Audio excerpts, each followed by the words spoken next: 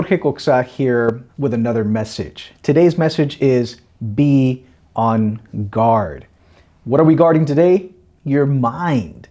And this is a very important one because your mind is kind of one of those things where it's like the wild, wild west. There's a constant battle happening for the things that control your mind and the thoughts that establish a town, to continue the analogy, in your mind.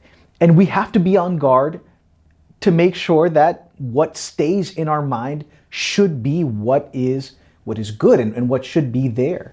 So today's text is found in the book of Philippians chapter 4, verse 8. And listen to what Paul says. Finally, brethren, whatever things are true, whatever things are noble, whatever things are just, whatever things are pure, whatever things are lovely, whatever things are of good report, if there is any virtue and if there is anything praiseworthy, meditate on these things.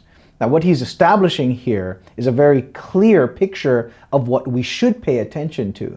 We're going to get all kinds of thoughts all the time. Now, just because you get a thought, it doesn't mean that that thought has to be truth. It doesn't mean that that thought has to be permanent. It doesn't have to live there. We can choose what we think and we can choose what stays in our mind. And it's kind of like we live in Florida now, so one thing that we're learning very quickly is that ants are kind of a thing here.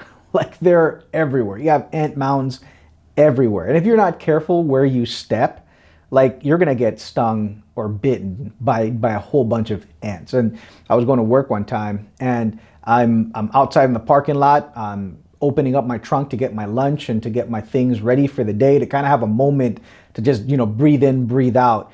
It was a ritual that I had, not just going into work, but also leaving work, where I'd kind of open the trunk and just stand there for a moment and breathe, take off my clothes for work and put on the clothes. Like it was a jacket, it was like a vest or something. And it was part of my routine, going in and coming out. And one day I parked somewhere where there was a little bit of grass and I didn't pay attention to where I was standing. I was just there sitting, doing my routine and my ritual. And as I'm doing it, I was stepping on an ant mound. And I just start feeling pain on my right leg. And I'm like, what's going on? Like what's happening? I feel this pain and this burning on my leg. And I look down and there's a bunch of ants. I'm just like covered in ants. My leg, it's covered in ants.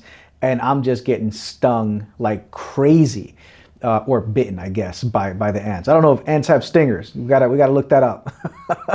I'm kidding, they bite. So they were biting me all crazy. I'm getting them off. I took a gallon of water and I'm dousing them with the water and taking off the pants there in the parking lot, in public, taking off my shoes, trying to get all of these ants off. They were biting me. It was a very uncomfortable experience. And I think that thoughts work the same way. We get flooded sometimes with thoughts. Like we may not be paying attention to where we're standing in terms of our thinking. We're not paying attention to what's happening, but these thoughts are coming in and we're just accepting them as truth, and we just need to brush them off like I was brushing off these ants. We need to kick them out.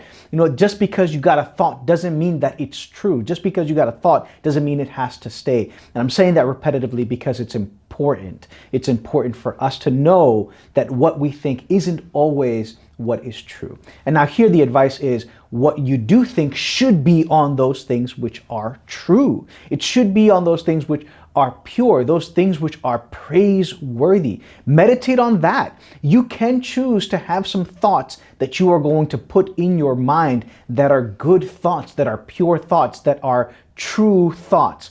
That's why it's so important to start your day off with devotion. It's important to start your day off with devotion because it establishes the thinking for the day. You establish your thought process for the day and what you're going to set your mind to and what you're going to allow to have real estate in your mind. And it's important because what you think eventually becomes what you do. You take action on your thoughts. In fact, I heard once that your habits are determined by your actions, and your actions are determined by your thoughts. So who we are is just this compendium of habits. And if we want to change that, if we don't like the direction that our life is going or who we've become or who we are, then we need to make sure that we are looking at the habits we've developed.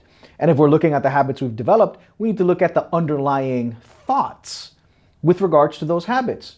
So what are we thinking that's leading to the actions that we are taking, to the things that we are feeling? Sometimes we're irresponsible with our emotions. Now, I know that guys like to think that we're not emotional, but anger is an emotion. Let's be real, all right? And sometimes we just blow up, and we need to learn how to manage those emotions better.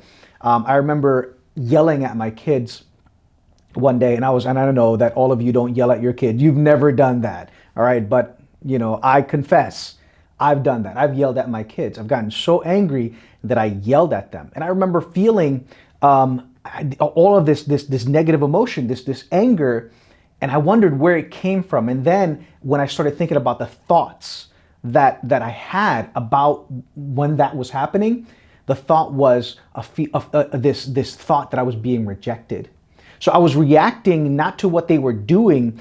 I was reacting to this thought of being rejected. They're rejecting me was the thought, which produced the feeling of rejection, which produced that feeling of anger, which caused me to lash out on my children.